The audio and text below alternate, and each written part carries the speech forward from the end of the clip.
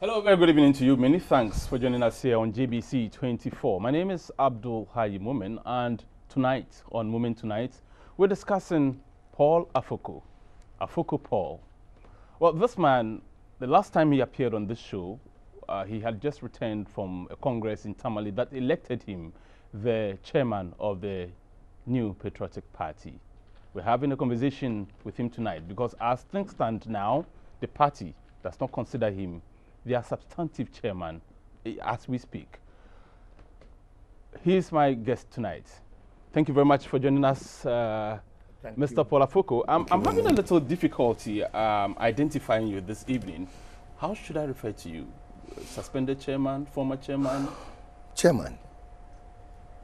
That's how I see myself, and that's how I think everybody should see me. I'm the chairman of the party. I believe you were there in Tamale.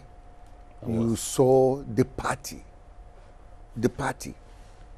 Actually, over 5,000 delegates voting and me coming out with a clear majority. The party made me chairman. They gave me a mandate. Now, I will consider that I remain the chairman until such time that the party again, as per our constitution, reconvenes and says, we gave you a mandate, we are taking the mandate back. What does your constitution say? Because I know that even at the national level, when all 25 million Ghanaians go to elect a president, if that president has to be impeached. Yes. Impeachment is done by parliament. Well, we have a process in the party as well as prescribed under Article 10 of our constitution. That is the only time there is even mention of suspension of a chairman, or for that matter, an officer. I will try as much as possible to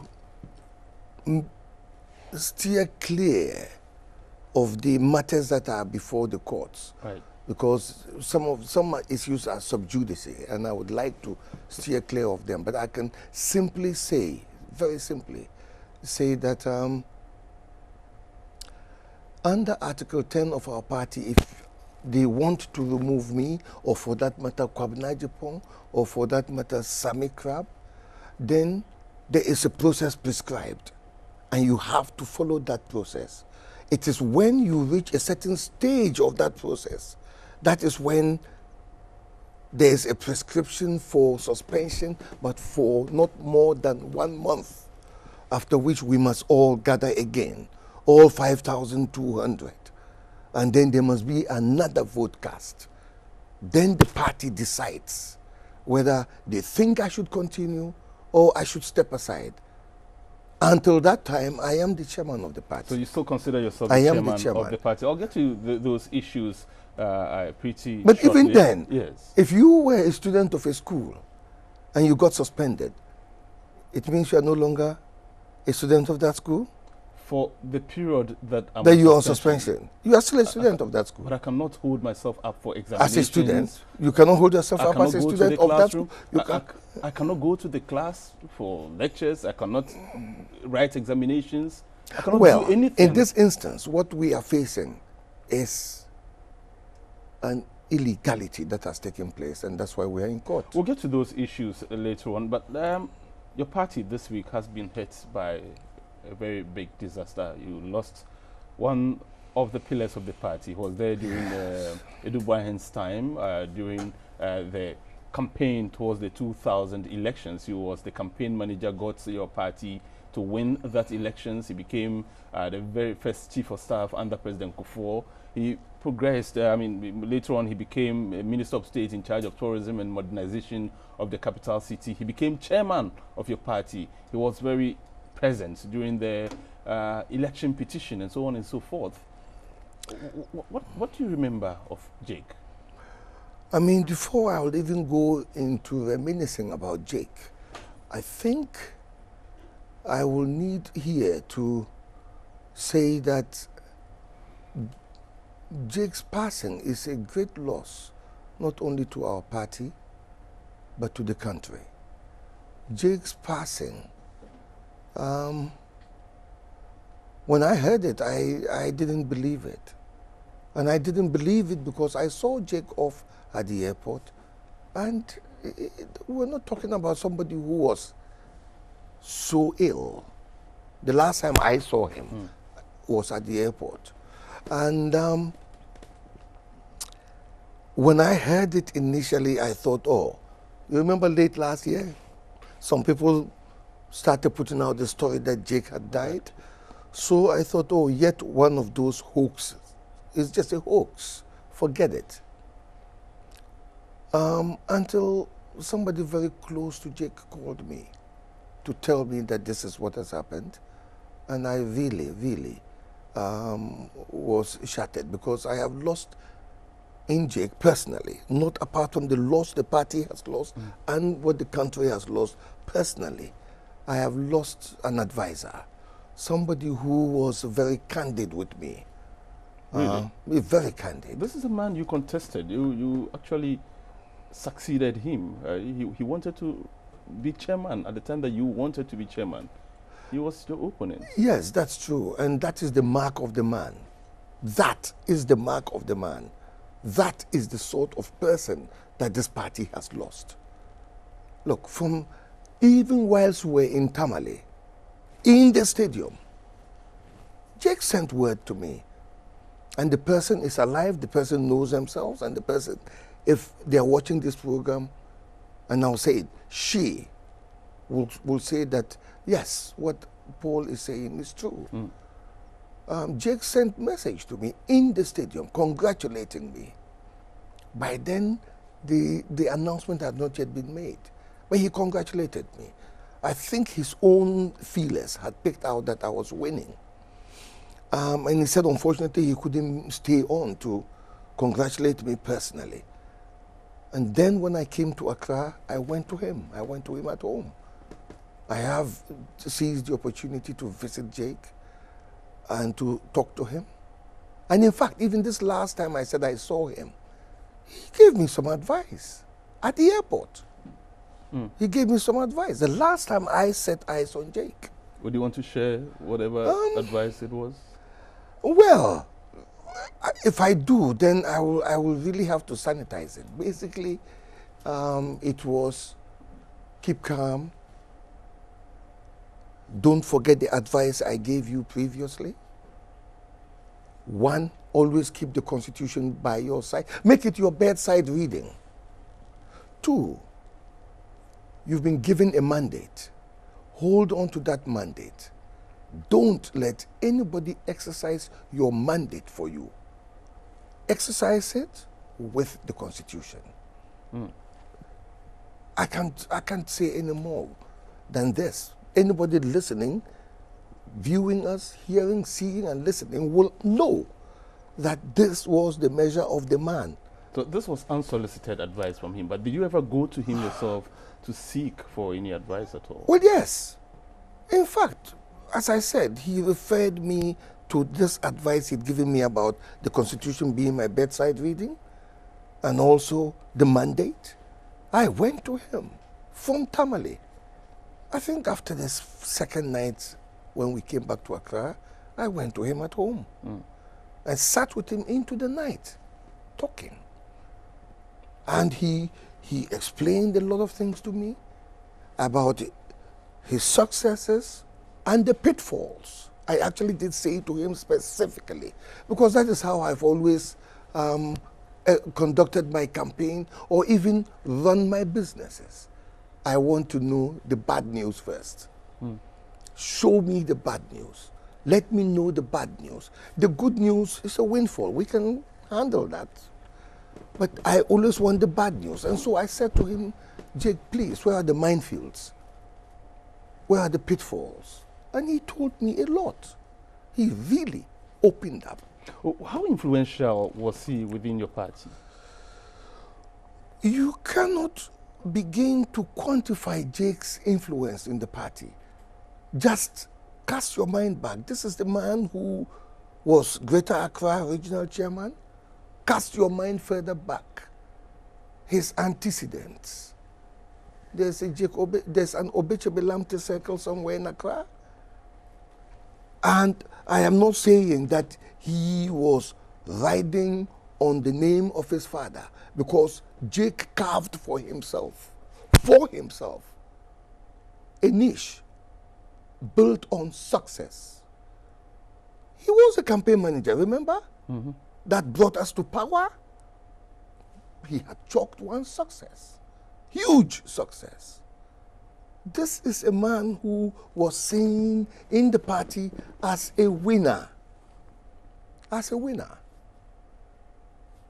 And it will be difficult to quantify Jake's contribution to the party. But all through the time he served, because you see, I knew Jake from different perspectives.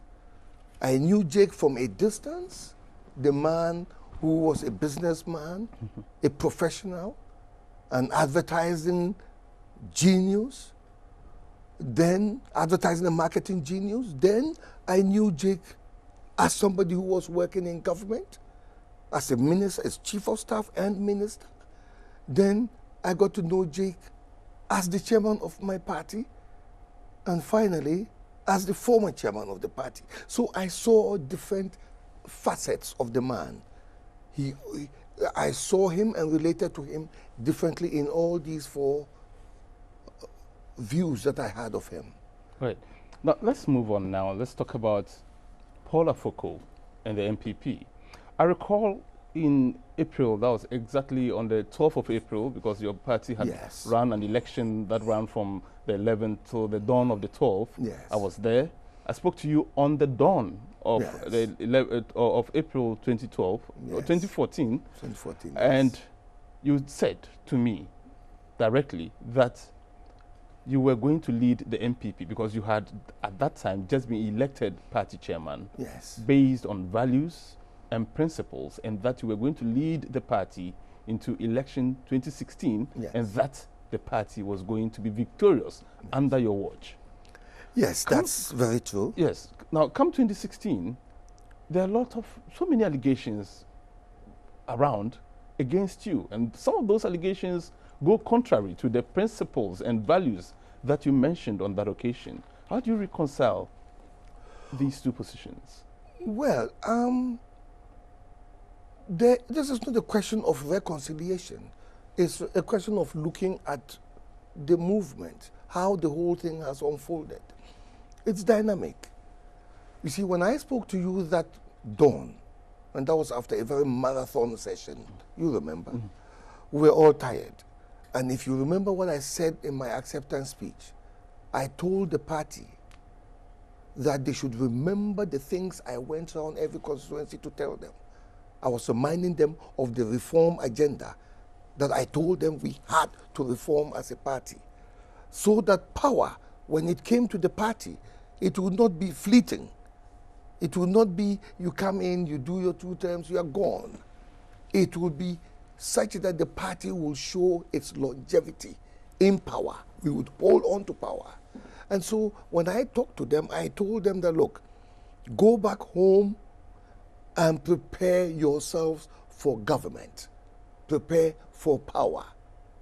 But then I was quick to caution them that the walk to power was not going to be a stroll in the park. It was going to be fraught with a lot of difficulties and challenges. And therefore, I am telling everybody that we are going home.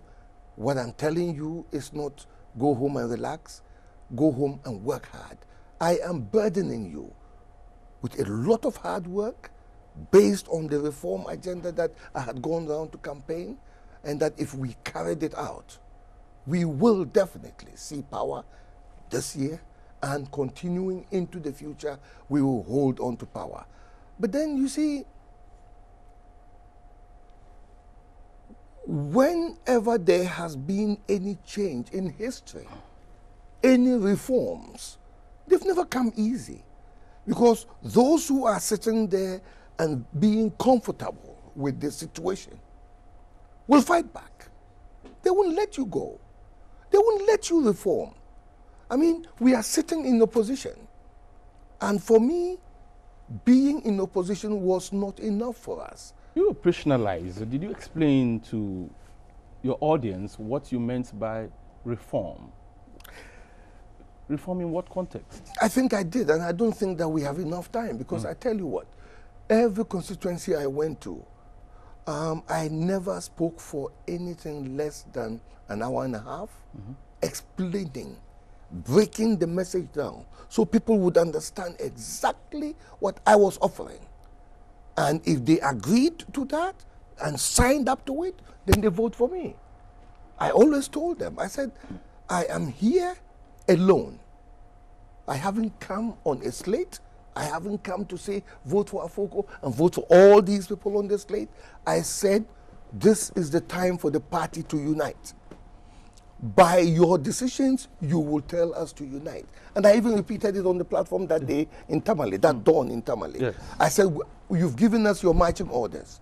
You've placed around the national executive table people from all shades and hue of the party. And you are telling us that you insist that we unite for victory. So we have to play together as a team. Now, so the party, I tell you, the party understood what I was saying, and the party voted accordingly. But then coming back, when we got here, back to Accra, and the whole process of reforms started, then the resistance came. Mine is nothing compared to what King John had to endure before the signing of the Magna Carta in England to bring democracy. He took an arrow in the eye in the Battle of Hastings. So mine is insignificant. But yes, I tried to bring reform to the party, and in the process to define the character of our party. Because our party has, from time immemorial, been known to be the party that upholds the values and principles of democracy. There's one thing, having values and principles. Yes. And there's another thing, it's a totally different thing in the methodology you use to bring to life those values and principles. Perhaps we need to say maybe somehow your methodology was wrong. You see, I am not infallible. I am human, I'm not infallible. But I can say largely that I was more sinned against than sinning. I did sin, yes, but I was more sinned against. I would say 90% of the time, I think I was on the right track. I stayed true to the values and principles. Look, I'll give you one simple example. Today in my party, if you speak what certain people don't want to hear, you get suspended. You see, we must have abiding principles. Principles that will go beyond we, the individual mortals. Principles that this party can stand by because they are abiding and take us into the future. One of the great leaders of our party, and I call him great because he was successful. He won an election. Dr. Buzia, even though Kufuor did better. But Dr. Buzia said, and I'm just paraphrasing here, your viewers and listeners can actually find the quotation itself, where Buzia said, the beauty of democracy is that if even 99% of the people hold one view, and 1% or one person holds a divergent view, then that one person should be allowed to feel secure, to express themselves, because this is democracy. That is one of the abiding principles that I believe my party should stick to and not walk away from. So what would you say is that igniting factor? And I've heard people, and I've read about so many opinions on this issue, that at the heart of the problems within your party is the issue of a bank account, one that people have referred to as the EcoBank bank account, and some have called it the secret bank account. Is that the case? Well, I think that this EcoBank account that you are talking about Yes, as you are right. You say it was one of the igniting issues. It was a catalyst. But the problems had existed because the reform agenda had been resisted. And therefore, a concerted, orchestrated effort was made to denigrate. Resisted by who? Who resisted this reform agenda? But they are there. It's obvious. You are a keen political watcher. You know what I'm talking about. And your viewers and listeners also know that the purported suspension of Paul Afoko, Kwabena Agyapong, and Sami Crab was done by a group of people, not the party. Not the party. 70 plus people sat in a room in Accra and said, we know better than the 5,200 delegates. We, from the beginning, said we didn't want these people to win any positions in the party. We campaigned against them. You remember they even sent me to Interpol. I don't know if it was the same people. It's the same group of people. I know it's the same group of people. Those who took the decision. It's the same group of people. National Executive Committee of your party. National Executive Committee. It's unfortunate that this is part of what we are doing in court. Okay, so we don't necessarily have to go there. Yeah, yes. So let's stay out of court and deal with the issues that will not, as it were, deal with the matters in court right now. So let's come back to the issue of this bank account. And I have several documents here, and I'm sure you'll be surprised where I got these from. But yes, this, as you can see, is from my newsroom. It has your party logo. It's an appendage of a report of the ad hoc committee of the National Executive Committee of the New Patriotic Party to investigate the controversies surrounding the management of funds accruing from the party's parliamentary primaries and other related. I know what you're talking about. Good. Yes. Now, I can also tell you that my production team got me this, that we have two reports. I have one here, but they tell me that there's a majority report and there's a minority report. And so I was asking, so which of the reports should we trust? This is now a public document since you have gotten hold of it. So I'll speak to it. I have known of the existence of both reports. I have had them since last year, but I have been at pains to keep them suppressed and out of the public view. But it's coming out. And in fact, today, for example, it was on the front pages of one of the newspapers, The Insight, I think. And I can tell you that which of these reports should we take? I just wish that this document was made public enough for the country to judge, especially MPP members. Because you see, the minority report is, no, let me go back. This is a committee that was set up to look into this matter of the resuscitation of an EcoBank account that had been opened by McMenu. That was before Jake. That account had gone dormant. When we came and took stewardship of the party, I made a decision because I said I have got skills. As a businessman, I have got skills that are transferable to the management of a party. And for the sake of accountability, I said all bank accounts were to remain dormant. We were going to have only the two bank accounts in one bank, and that is the Ghana Commercial Bank. So anything that went in and out was obvious and visible to all of us. So for me, at the time, when we had taken the decision that the parliamentary primaries were going to take place, this is what we were going to be charging for filing fees, forms, and what we call the development levy.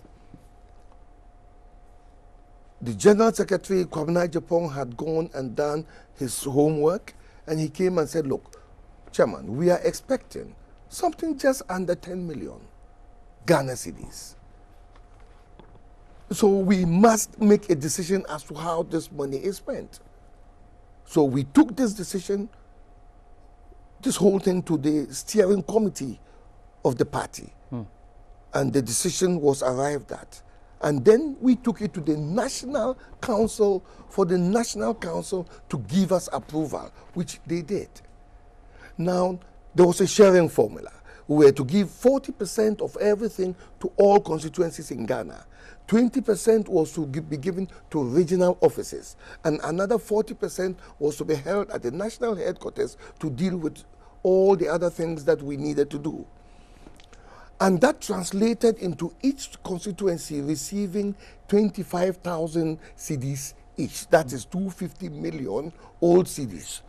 And the National Council approved it. So after the approval, the decision now was, look, we are now about to start the primaries.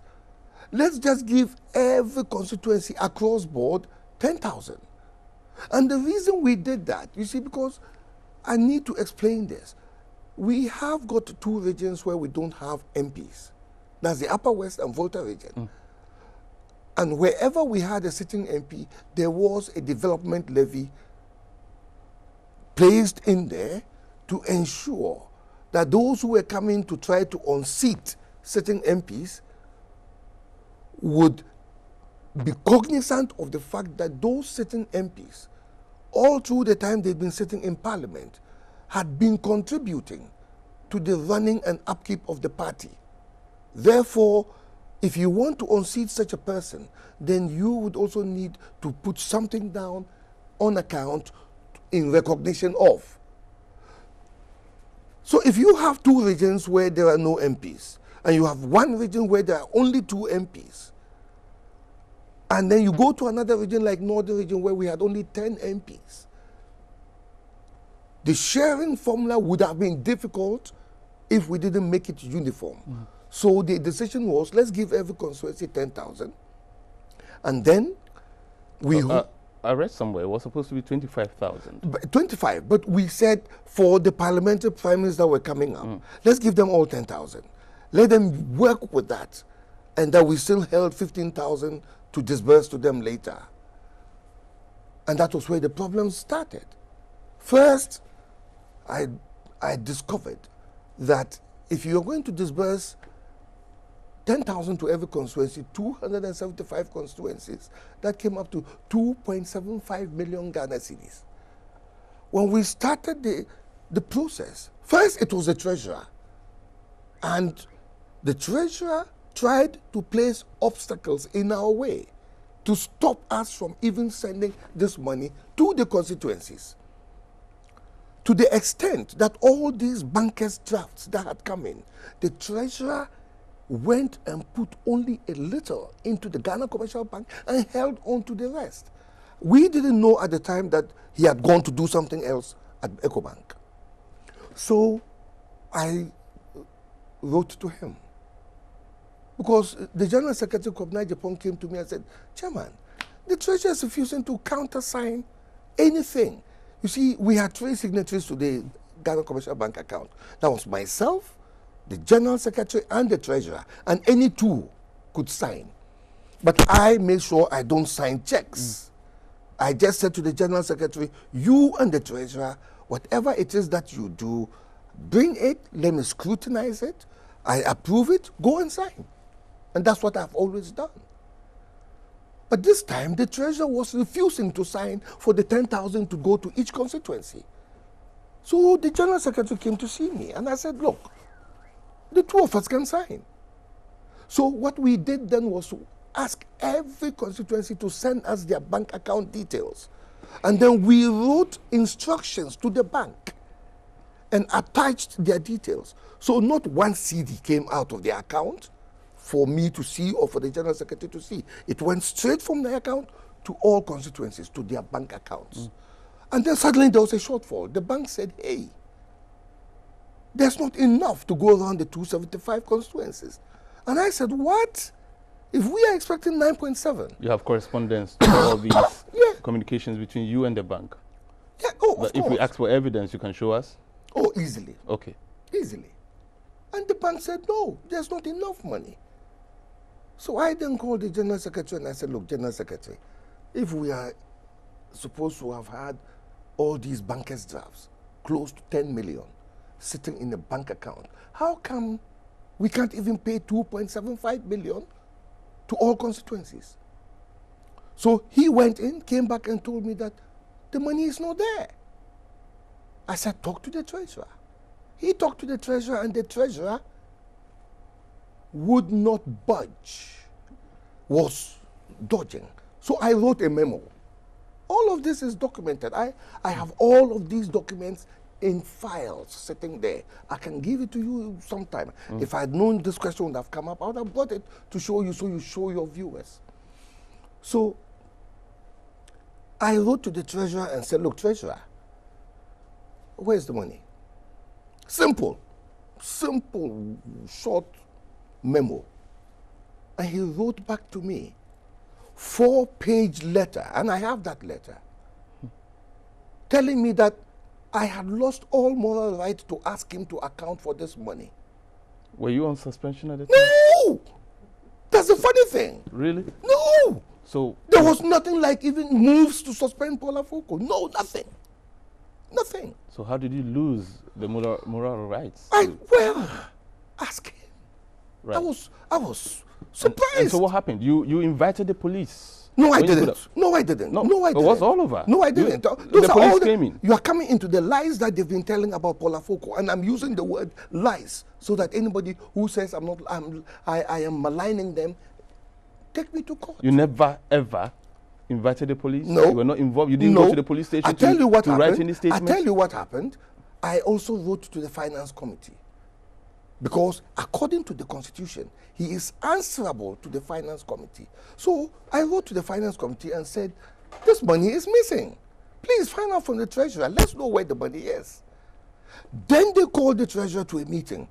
I was in that meeting.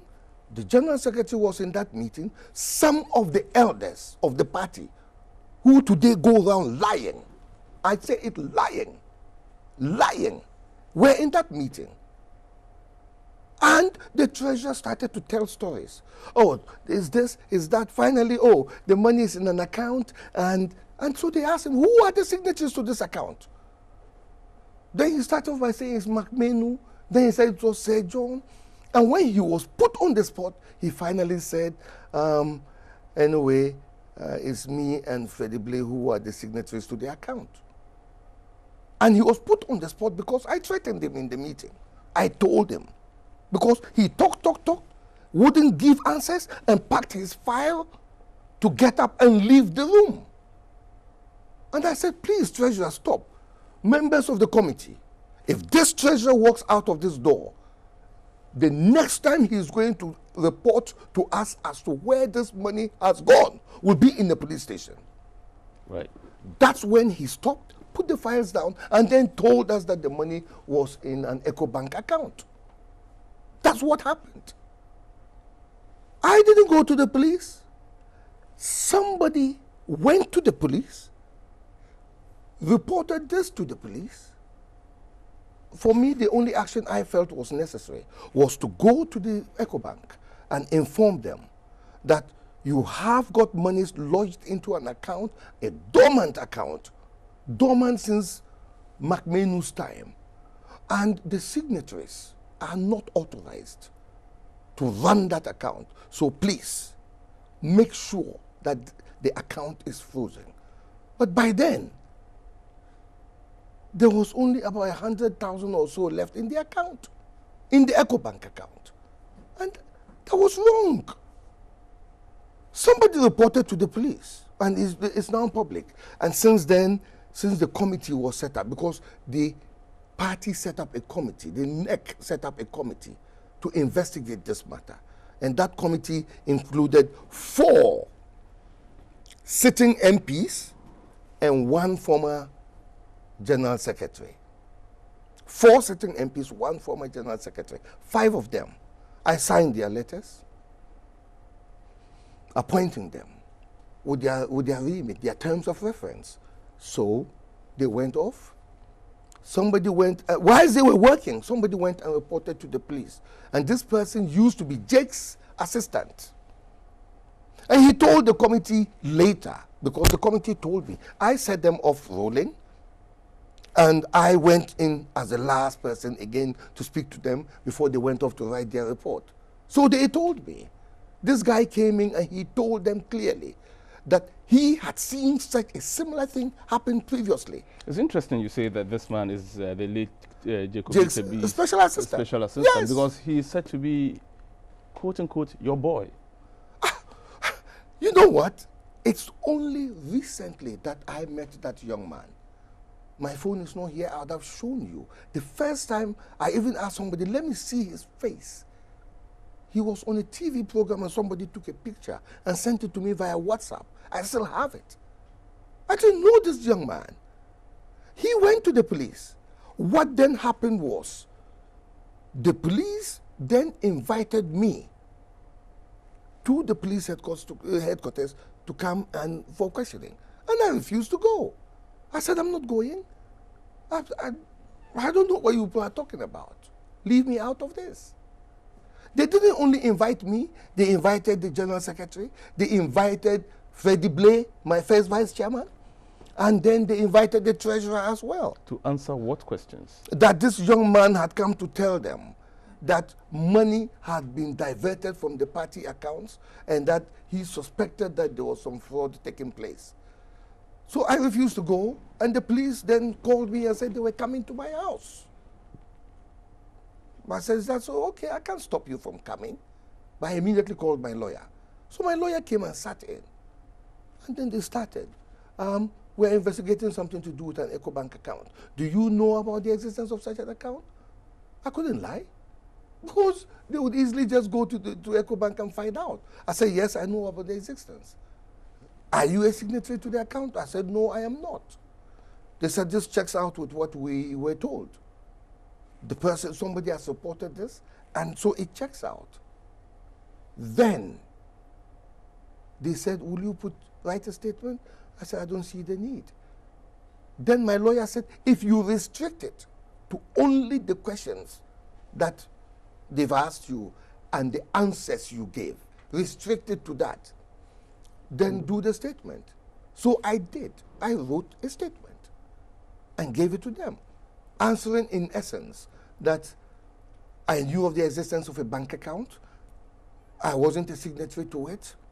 The party was investigating it. And I was told, look, Mr. Afoko, do you know that if even we hear news reports of a crime that is about to take place, we are allowed to go and investigate it? Mm-hmm. So don't tell me that your party has already set up a committee looking into it, therefore we should stay out of it. No, we are investigating this. So you did not make that report to the police? That's one of the lies. That's one of the lies. And you did not send anyone to the police station? To the police station. That's one of the lies again.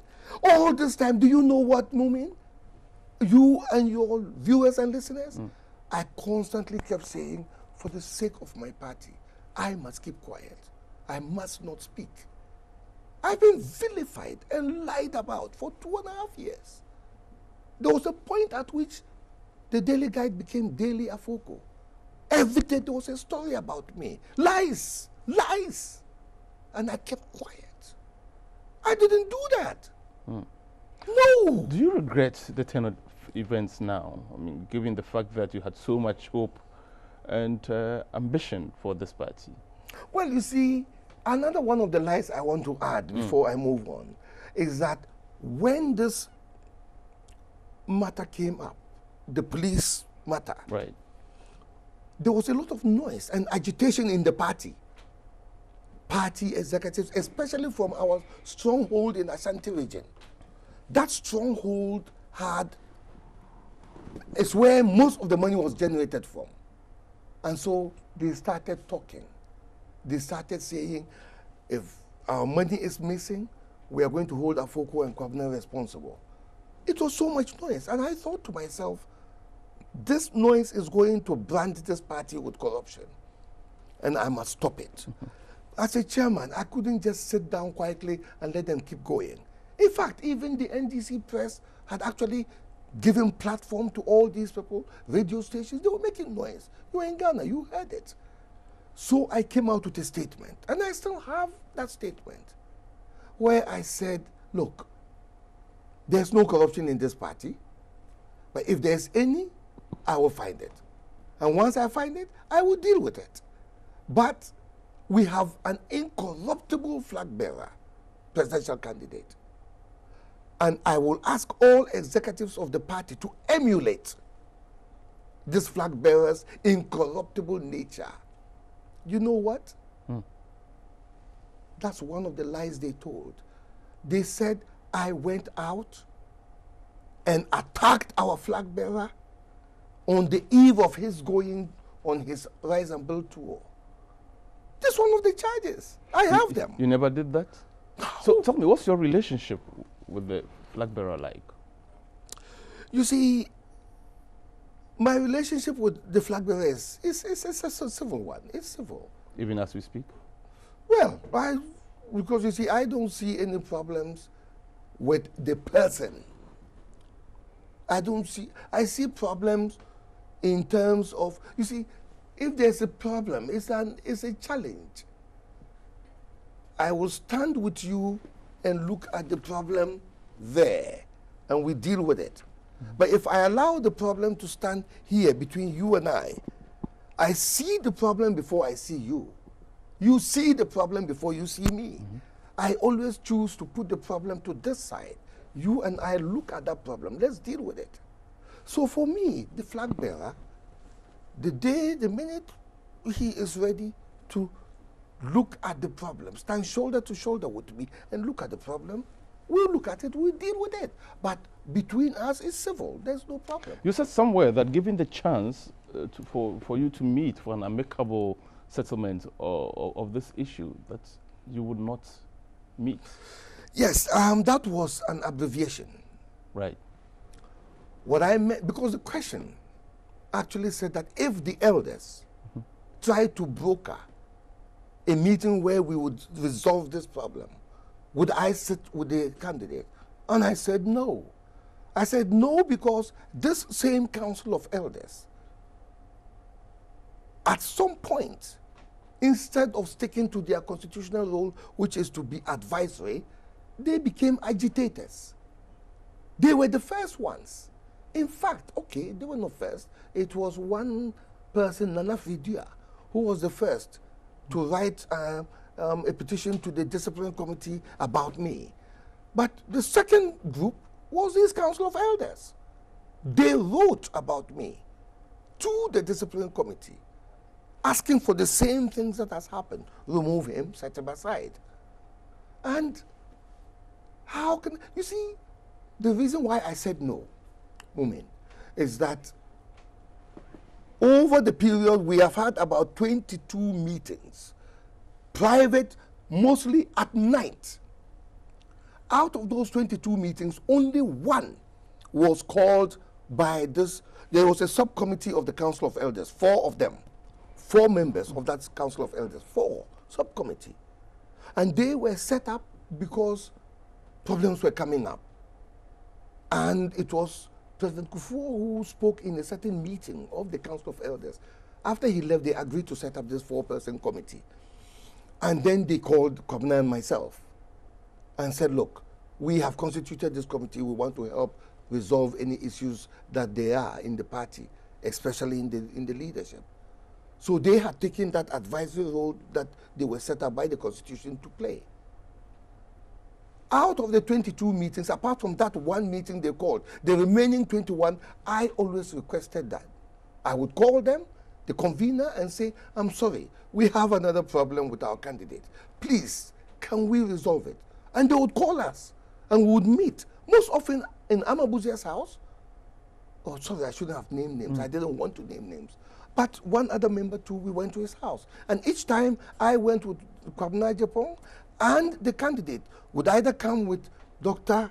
Mahmoud Baumia or with Hackman. He came with Hackman the first time, and Dr. Afiye.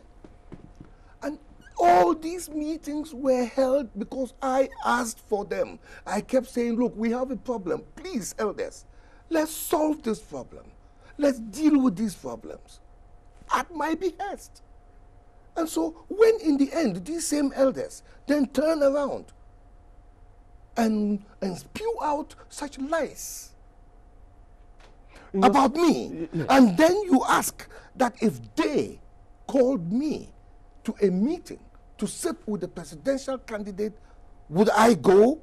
Of course I won't go. So given the chance again Of course I won't go. for you to propose ways that you can get your party back together as a united body, the way you envisaged it when you were elected chairman in 2014, what proposals would you come out with?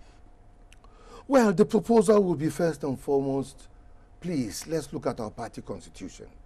Let's abide by that constitution. That constitution is the dog. I told you Jake's advice to me. Yes, he said, make the constitution your bedside reading. If we all agree to obey our constitution, to follow what the constitution says, and nobody is trying to cross over, usurp, and take over anybody's mandate and run it according to their likes. And I tell you, somebody will run up and tell you, oh, the structures of the party are working. Afoko was a dictator. He didn't want to go along with the structures. I'll give you a simple example. Even in the national life of this country, Nkrumah, did Nkrumah sit down in Flagstaff House and suddenly think that he wanted to turn Ghana into a one-party state? No, he used the structures. When he wanted to make himself president for life, did he just get up and do that by himself in Flagstaff House? No, he used the structures. Do you get what I'm telling you? So, when all of this happened, and then we ended up in this situation, because all along I was very quiet, hoping that peace and sanity will come back into the party. You were here when even my first vice chairman went on air and said Afoko was squandering the party's money on radio. You were here when the treasurer went on air and said, oh, chairman, chrono chairman. Mr. Afoko, so in all these things, I'm coming to answer your question. I know I've dragged. Yes. All of these things, what I'm saying here is, if we are to resolve these problems and to go forward, we will stick by the constitution. We will have to have a negotiated understanding that we will abide by the constitution. My job, as stated in the constitution, is to run the party assisted by my deputies. The candidate's job is to run a campaign to win a presidency for the party. Therefore, the party will have to work closely in collaboration. But what I emphasized in Tamale was the party will carry its candidate to the Jubilee House, not the other way around. Why don't you just let things be? Because as it appears now, even if your proposals were accepted, you will still have to go back and work with the same executives, the same elders, with whom you say you don't want to sit and resolve issues. It will be very difficult for you to run your party as its chairman. I didn't say that. I didn't say I wouldn't want to. I said if they called me, okay, after I had engaged them in 21 meetings, right, then they turn around and behave in this manner. If they called me, I would need a much more solid platform, which is, i.e., an understanding that we can all sign up to, which is enforceable. That this is the constitution of the party, we all agree to abide by it, and nobody is going to try to win one over the other. Because you see, we are together for one purpose, not for Afoko to say he is this. Chairmanship for me is only a job, and I'm not paid. I am rather the one who does the paying. Chairmanship for me is a position where you want to fight to take your party to power. So the position itself is not an end in itself. And therefore, that position is meant to get the candidate and take him to power. Every single member of who is an executive of this party, those positions are not positions of reward for loyalty to anybody. Those positions are a reward or a fighting position that the party says, look, we are putting you in this position to fight and take us to power. So for me, if the goal is to win power, then I am ready to sit down with anybody in the party, understanding very clearly that what we agree, nobody is going to turn around and start trying to undermine it, start trying to be devious, start trying to be intelligent, and try to destroy it again. If not, look, 6 months away. Elections are only 6 months away. Yes, and we need to win. Right, and for many members of your family, especially, I mean, of your party, especially looking at reactions on social media to this particular interview, I get the impression that there are some who feel that your current posturing, and especially the attitude towards even this discussion in the media, was that you're being a distraction to the party, and that to serve the party better, just remain silent. Look, for 2.5 years, everybody in Ghana knows, for 2.5 years, I have been maligned. I have been insulted. I've had lies told about me. Did I open my mouth? No. Praying that finally some sanity will prevail and we will realize that our timetable to winning power is too close and we will stop the internal attacks. Look, you asked me whether I have any regrets earlier, and I avoided the question. I don't have regrets because regret is a waste of energy.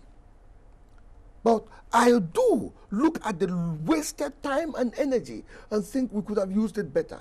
Can you imagine the energy and resources this party deployed in attacking Afoko, Kwabena Japan, and Sami Crab, and anybody in between, like executives who have gone on suspension and all that. The energy daily deploying a communications network against your own party leaders, deploying lies and vilification, and using the daily Afoko, i.e. the daily guide, to attack.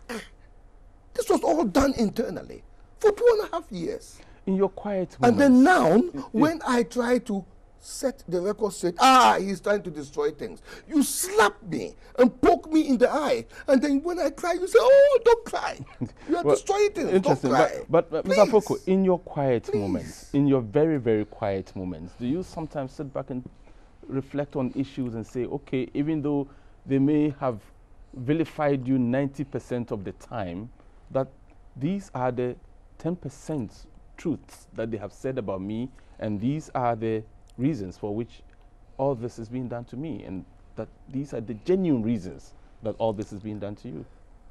I will tell you, and I'll refer you back to what I said earlier in the interview. I have been more sinned against than sinning. I am not infallible. But the one thing I know is that prejudice has been at play here. And you know why? When I declared my intention that I wanted to contest to be national chairman of this party, you saw what happened. Even the party headquarters, our communications team was immediately used against me. It was. They even said that I had stayed, I was a drug addict, I was a drug convict. I had been jailed in the UK for 7 years for importing huge amounts of cocaine into England. All of these things they threw at me and stopped the vetting, stopped my vetting, and told everybody else to go and campaign. I should sit there. And then they took me to Interpol. I told them, look, let's go to the British Council, a British High Commission. I will sign a waiver on the Data Protection Act. It will cost only £28 to do that. No, they took it to Interpol, patrolling all around the world, looking for something against Afoko. And after 6 weeks, the Interpol report came back saying, let me quote the words, he is not known to any police authorities, i.e. I was clean. That didn't satisfy them. They went campaigning against me. They sat in Tamale, in Modern City Hotel, paying money to delegates. Go and vote against Afoko. We don't want him. When I won, one of them, who was also a member of that subcommittee of 4, actually said, yes, my tree is not good. But he said, also what the chairman. Manukoya chairman na yehu. And from that point, everything I did, they attacked. Everything I did, they attacked. So for me, when a few of them then sat somewhere and said they are more intelligent than the party, and therefore they will do what they did, I am fighting this because one day we will get a candidate, a presidential candidate, and some few people will go and sit in a room and tell all the delegates of the party who voted for that person to lead an election campaign to win the presidency. They will sit in a room and remove the presidential candidate.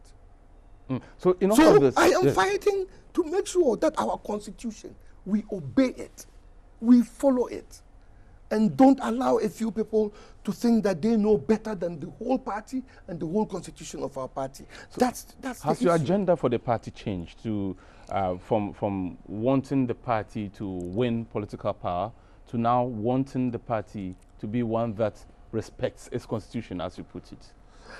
Mumin, naturally, the agenda, not that it has changed, because I still want my party to win, but it has to be adjusted because the period, the planning that would lead a person to saying conclusively, as I have said before. I asked you that question because some say you are doing the bidding of the NDC. Oh, is that not what they said about President Kufuor? That he was an NDC member? Is that not what they say about anybody in this party who disagrees and has a different view? You are an NDC member. That is what happens in this party. If we want to destroy somebody, we tag them with NDC and destroy them. You have very strong NDC connections. Me? Yes. Where are my strong NDC connections? I have friends in the NDC. These are people I grew up with in the North. I went to school with a lot of them. Those days we were friends, we didn't know. There was no NDC, no MPP. Don't forget, the PNDC, which later dropped the P and became NDC, they jailed me. They jailed me until the jailbreak of June 19th,